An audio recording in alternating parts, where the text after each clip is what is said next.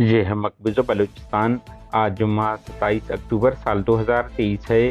Balochistan today سے آج کے علاقائی خبروں کے ساتھ میں ہوں آپ کا میزبان الیاس بلوچ۔ پنجگور میں پاکستانی فورسز کی چوکی پر دستی بم حملے کی ذمہ داری قبول کرتے ہیں بی ایل اے۔ گوادر میں تحریک کے نام پر دہشت پھیلا کر بھتہ وصول کرنے والے کامریڈ گل گروپ کا تحریک سے کوئی واسطہ نہیں، بی ایل اے۔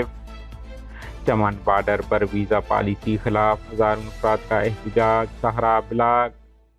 نوش کی ورڈ، موٹر سائیکل، وین اور کار میں ہولناک تصادم، 3 افراد ہلاک، 1 شدید زخمی۔ Panjgur Baloch Liberation Army B L A کے ترجمان آزاد بلوچ نے جاری بیان میں کہا ہے کہ گزشتہ روز 25 اکتوبر کو شام کے وقت ہمارے سرمچاروں نے مقبوضہ بلوچستان کے علاقہ پنجگور میں پاکستانی فوج کی چوکی پر دستی بم حملہ کر کے انہیں نقصان پہنچا دیا۔ انہوں نے کہا ہے کہ مذکورہ بم حملے کی ذمہ داری ہماری تنظیم قبول کرتی ہے۔ بلوچ قومی تحریک کے نام پر کامریڈ گل بلوچ کے نام سے مقامی کاروباری افراد سے بھتہ وصول کرنے والوں کا بلوچ قومی تحریک اور سرماچاروں سے کوئی واسطہ نہیں ہے۔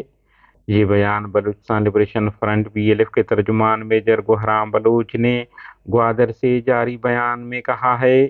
انہوں نے کہا ہے کہ مذکورہ گروہ گزشتہ سال سے علاقے میں جرائم اور بھتہ خوری میں ملوث ہے۔ چمن مظاہرین نے پاکستانی حکام سے فیصلہ واپس لینے کا مطالبہ کرتے ہوئے چمن بارڈر پر مرکزی شاہراہ بھی بند کر دی۔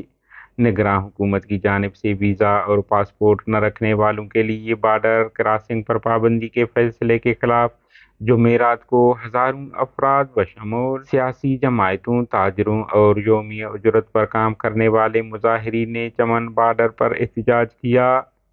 مظاہرین نے پاکستانی حکام سے فیصلہ واپس لینے کا مطالبہ کرتے ہوئے چمن بارڈر پر مرکزی شاہراہ بند کر دی۔ مقامی تاجر برادری کے رہنما غوث اللہ نے بتایا ہے کہ پاکستانی حکومت نے کسی بھی افغان شہری کو بغیر ویزا اور پاسپورٹ کی اجازت نہ دینے کا فیصلہ کیا ہے، اور یہی فیصلہ افغان طالبان نے بھی کیا ہے، جو کہ دونوں طرف رہنے والے لوگوں کے ساتھ ناانصافی ہے۔ نوش کی کوئٹہ تفتان شاہراہ پر گلنگور کے قریب 2D اور تیل بردار ویگن میں تصادم کے باعث ویگن اور کار میں آگ لگ گئی، جس سے 2 افراد جھلس کر ہلاک ہو گئے۔ ناشوں کو شناخت کے لیے ٹیچنگ ہسپتال نوش کی منتقل کر دیا گیا ہے۔ علاوزیں خزار بٹ ٹکے علاقے میں 2 موٹر سائیکل آپس میں ٹکرا گئے، جس کے نتیجے میں نوجوان شبیر احمد ولد ماسٹر بشیر احمد لانگو کلی، میر فیض محمد نامی شخص ہلاک، جبکہ نوجوان محمد اسحاق ولد زہری خان ڈھلو جو شدید زخمی ہو گیا۔ ہماری نیوز کو لائک اور شیئر کریں تاکہ پاکستان اور اس کے فوج کی درندگی کی نیوز زیادہ سے زیادہ انسان دوست لوگوں اور ملکوں تک پہنچ پائیں۔ شکریہ۔